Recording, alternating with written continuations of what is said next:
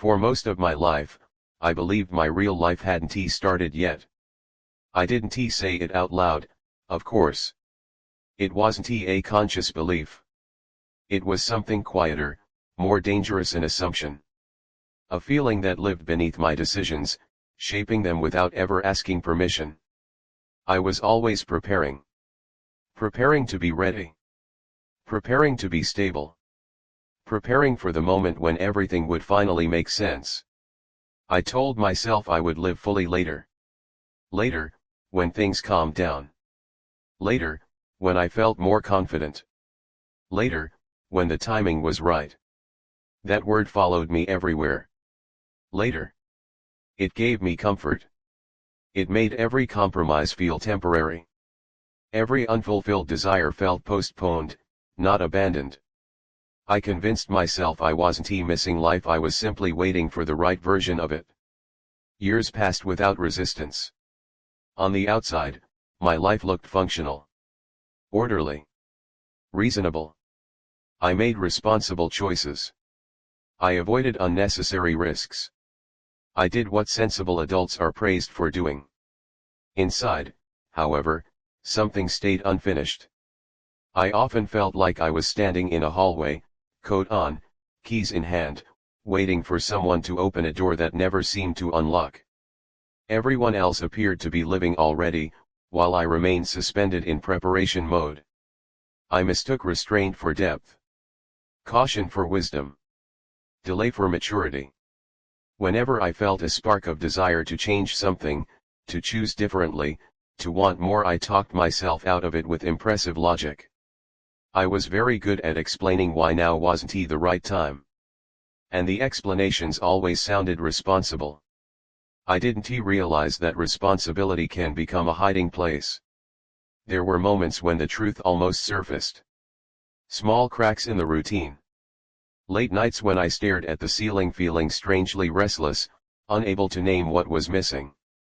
Conversations where I laughed at the right moments but felt detached from my own voice. I told myself everyone feels like this sometimes. And maybe they do.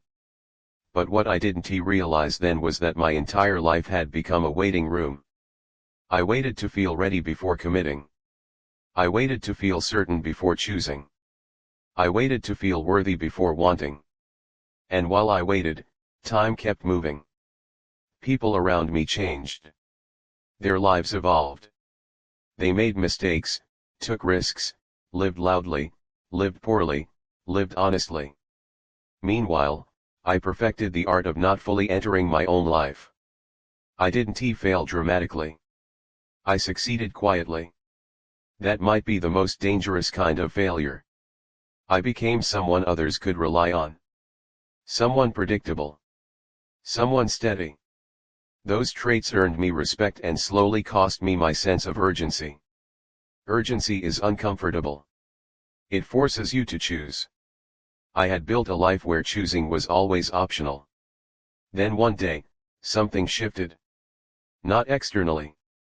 Nothing happened that would make a good story. No loss. No accident. No crisis. Just a moment of awareness that arrived without warning. I was watching myself make plans for the future, sensible plans, realistic plans, and I suddenly realized something unsettling. I didn't feel excited. Not nervous. Not afraid. Just empty. The future I was preparing for felt like an extension of the same waiting I had always done. A longer hallway.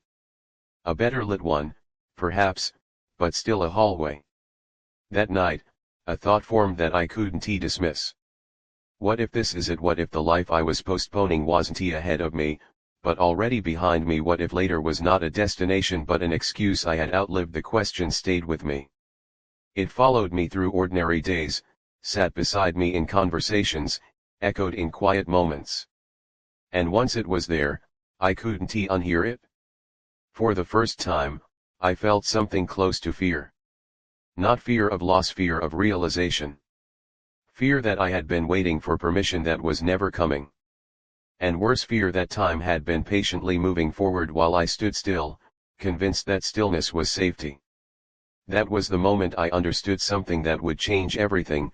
I hadn't been protecting my life. I had been delaying it. Once that thought took hold, it changed the way I experienced everything.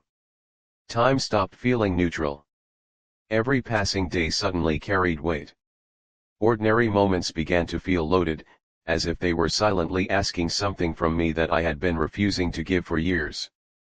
I started noticing how often I postponed my own reactions. How quickly I dismissed impulses with phrases like "not now," "it's not practical," "there's still time." Those phrases had shaped my life more than any deliberate choice ever had. And now they sounded hollow. The fear didn't arrive all at once. It crept in slowly, disguising itself as restlessness. I would wake up with a tightness in my chest, a vague sense of urgency I couldn't explain. I found it harder to concentrate. Harder to enjoy things that once felt sufficient. I wasn't depressed. I was alarmed. Alarmed by the growing suspicion that I had misunderstood time itself. I had always treated time like a resource that would wait for me, patient, flexible, forgiving. Something I could borrow from indefinitely and repay later with better intentions. But now, I began to see time for what it really was: indifferent. It didn't care about my plans. It didn't care about my readiness. It only moved forward. I started replaying my life in fragments. Moments when I had felt the urge to choose differently and didn't, invitations I declined because they felt inconvenient. Paths I didn't take because they felt uncertain. Words I swallowed because they felt risky. None of those moments had seemed decisive at the time. Together, they formed a pattern. A pattern of hesitation that had quietly solidified into a life. What scared me most wasn't the idea that I had made mistakes. It was the realization that I had made them carefully, thoughtfully, responsibly, and still ended up here. I had always believed regret came from reckless decisions. From impulsive choices made without foresight. I wasn't prepared for the possibility that regret could also be the product of excessive caution. That thought broke something open inside me. I began questioning my identity. Not in an abstract way, but in a deeply practical one. Who was I without my waiting, without my endless preparation? Had I confused delay with depth for so long that I no longer knew how to act decisively? There were nights when panic would rise unexpectedly. Not the dramatic kind. The quiet, internal kind. The kind that makes your breathing shallow while your thoughts race. I would lie in the dark imagining future versions of myself, older, calmer, respected, and feel a sudden wave of dread. Because in those imagined futures, I was still waiting. Waiting for what? I didn't know. That's when the moral dilemmas surfaced. I told myself it might already be too late. That the window for bold choices had closed. That starting over at this point would be irresponsible, even embarrassing. I had built a life around consistency. Around reliability. Around not disrupting the balance. What right did I have to disrupt it now? I wasn't choosing between comfort and chaos. I was choosing between continuity and authenticity. And authenticity felt dangerously undefined. I began to understand why people cling to dissatisfaction. It offers certainty. You know its shape. You know its limits. Change, on the other hand, demands faith, not in outcomes, but in yourself. And I wasn't sure I trusted myself enough anymore. Still, something had shifted irreversibly. The waiting no longer felt neutral. It felt active, like a choice I was making every day, consciously or not. And once I saw that, I couldn't pretend innocence anymore. One evening, sitting alone, I admitted something out loud for the first time. I'm afraid I've already lived most of my life. The words sounded exaggerated the moment they left my mouth. Dramatic. Unfair. And yet, they carried a truth I couldn't ignore. I hadn't lived poorly. I had lived cautiously. And caution, extended too long, becomes a kind of surrender. I realized then that the real danger wasn't failing if I changed. It was succeeding at continuing exactly like this. Because if I did, one day I would wake up and understand that the life I had been waiting for was never meant to arrive on its own. It required a decision I had avoided making for decades. The fear shifted again. I was no longer afraid of starting too late. I was afraid of never starting at all. And that fear began to outweigh everything else. The change didn't arrive as a dramatic break. There was no moment where I threw everything away or reinvented myself overnight. That's not how real lives usually shift. What happened instead was quieter and much harder. I stopped waiting. Not for certainty. Not for confidence. Not for permission. I accepted something I had spent years avoiding. Readiness is a myth we use to protect ourselves from responsibility. You don't feel ready before you live. You feel ready because you live. That realization didn't make things easier. It made them honest. I began choosing without guarantees. Speaking without rehearsing. Acting without fully understanding the outcome. Every decision felt exposed, like stepping onto unstable ground after years of standing still. And yet, beneath the fear, there was something else. Relief. Not the kind that comes from safety, the kind that comes from alignment. From finally moving in the same direction as your own truth. I didn't abandon my life. I reshaped it. Slowly. Imperfectly. With consequences I had to accept without resentment. Some doors closed. Some people grew distant. Some plans dissolved quietly.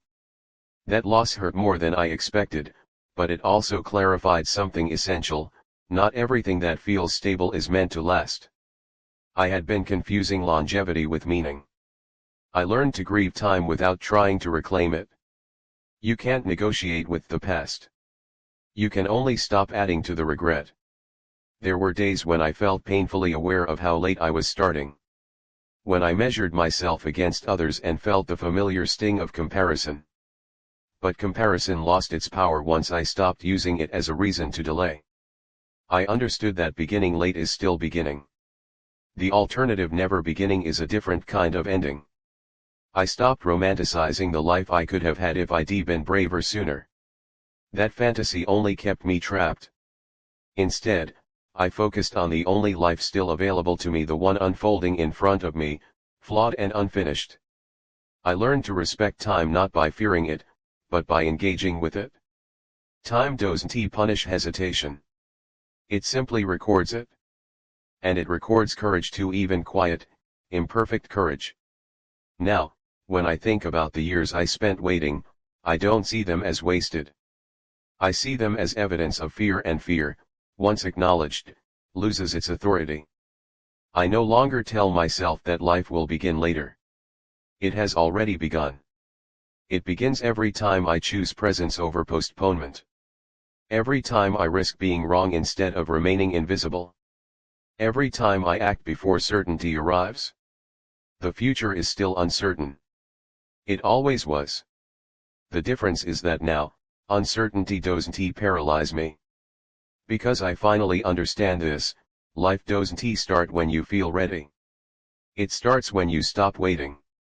And even if I arrived late to my own existence, I am here now, awake, responsible, and no longer standing in the hallway of a life I was afraid to enter.